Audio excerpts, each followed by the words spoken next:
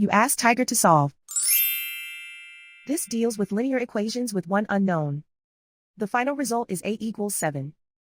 Let's solve it step by step. Group all constants on the right side of the equation. Add 3 to both sides.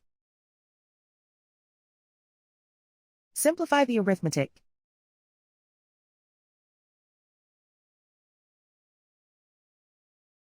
Isolate the a. Divide both sides by 4. Simplify the fraction. Find the greatest common factor of the numerator and denominator. Factor out and cancel the greatest common factor. And so the final result is a equals 7.